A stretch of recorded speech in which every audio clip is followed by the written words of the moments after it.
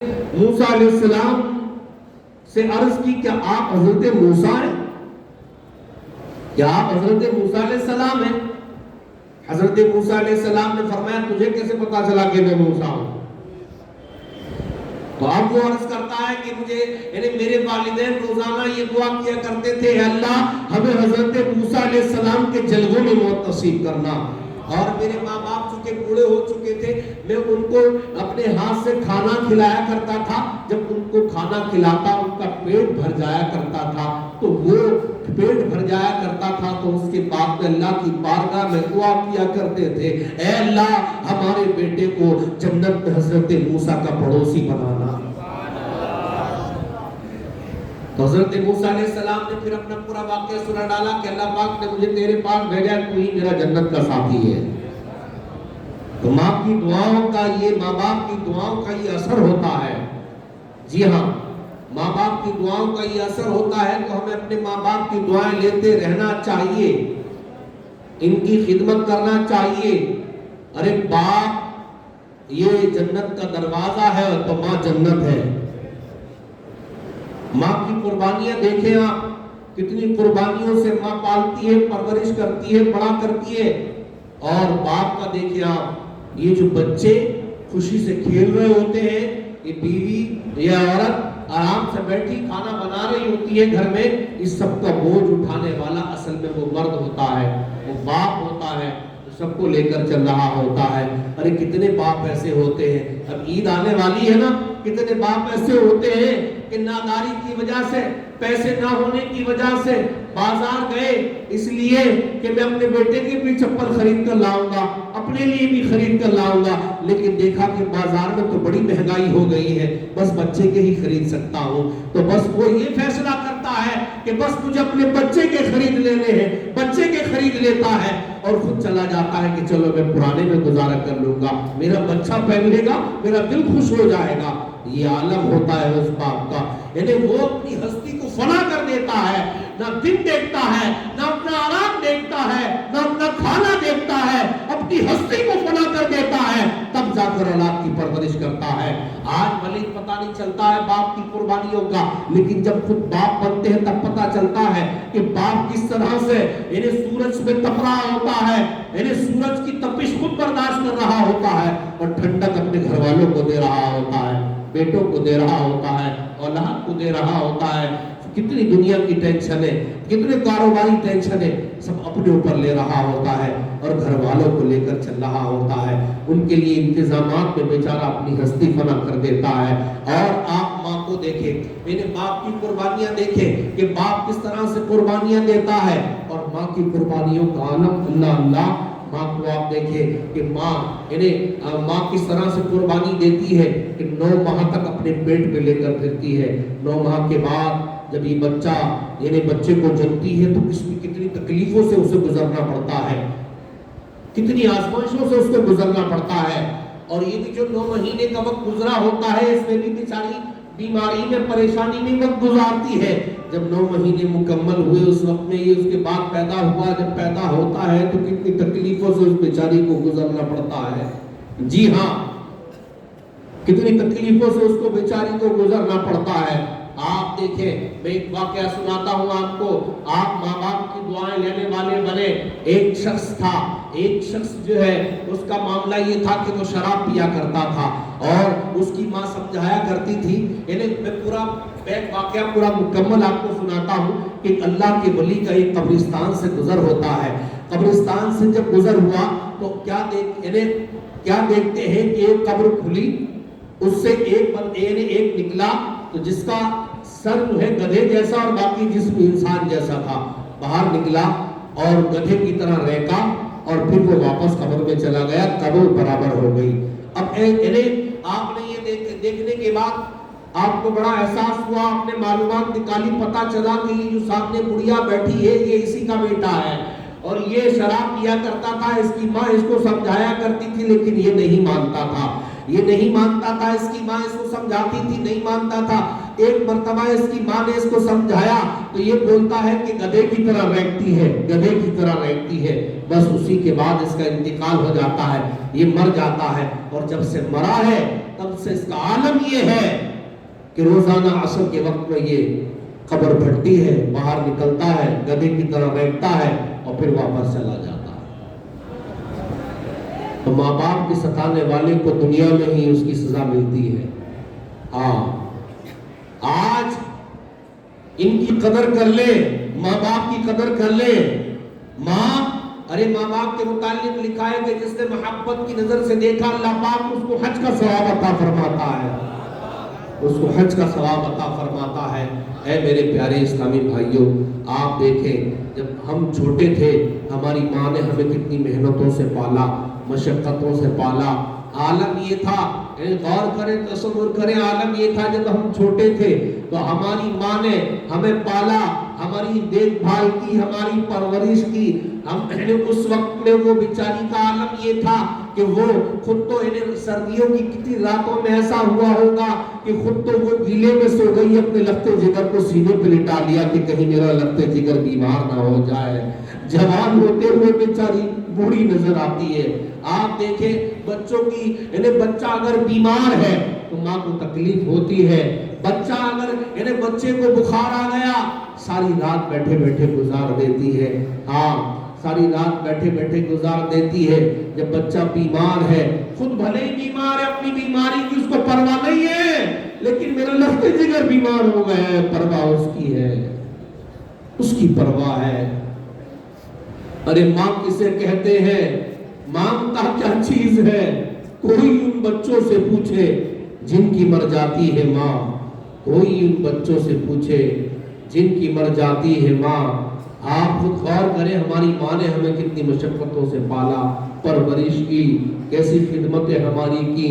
ہماری ریٹھ نکلتی تھی تو گھن کھا کر کوئی قریب نہ آتا تھا، یہی ماں تھی جو قریب آ کر ہمیں صاف کیا کرتی تھی۔ جب پاخانہ کیا کرتے تھے تو اس کی بدبو سے کوئی قریب تک نہ آتا تھا، یہی ماں تھی جو قریب آ کر دھلایا کرتی تھی، نہلایا کرتی تھی، کپڑے پہنایا کرتی تھی۔ غور کریں ماں نے کتنی قربانیاں ہمارے واسطے دی۔ وہ خود بیچاری اگر بچہ کہیں چلا گیا تو اس کے غم میں بیٹھی ہوئی ہے، پتہ نہیں کہاں چلا گیا میرا لختے جگر۔ ماں کی ممتا ایسی ہوتی ہے، ایسی ہوتی ہے ماں کی ممتا۔ ماں کسے کہتے ہیں؟ مانگتا کیا چیز ہے؟ کوئی ان بچوں سے پوچھے جن کی مر جاتی ہے ماں۔ ارے جو یہاں ایسے بھی بیٹھے ہوں گے جن کی مائیں دنیا سے جا چکی ہوگی، انہیں اس بات کا احساس ہوگا کہ جب ہم باہر سے آتے تھے، ہم اپنی ماں سے گفتگو کرتے تھے، ماں ہم سے مسکرا کر ملتی تھی، گفتگو کیا کرتی تھی تو ہماری تھکن دور ہو جایا کرتی تھی، ہماری پریشانی بھی ہوتی تھی تو کوئی ماند پڑ جاتی تھی۔ ماں کی وہ شفقتیں، ماں کی وہ محبتیں، ماں کا وہ پیار دینا، ماں کا وہ خیال رکھنا، ماں کا وہ ماں نہیں رہی کہ جو خیال رکھنے والی تھی۔ حضرت موسیٰ علیہ السلام کوہ طور پر جا رہے ہیں، پیر پھسل گیا، پیر پھسلا، غیب سے آواز آئی، اے موسیٰ اب سنبھل کر چلا کرو کہ اب تمہارے پیچھے وہ آپ نہ رہے جو تمہارے لیے دعا کیا کرتے تھے، وہ ہاتھ تمہارے پیچھے نہ رہے جو تمہارے لیے دعا کیا کرتے تھے۔ پیار کہتے ہیں کسے اور ممتا کیا چیز ہے، کوئی ان بچوں سے پوچھے جن کی مر جاتی ہے ماں، کوئی ان بچوں سے پوچھے جن کی مر جاتی ہے ماں، نہ جانے پرخوشی راتوں میں کتنی بار ایسا ہوا، نہ جانے پرخوشی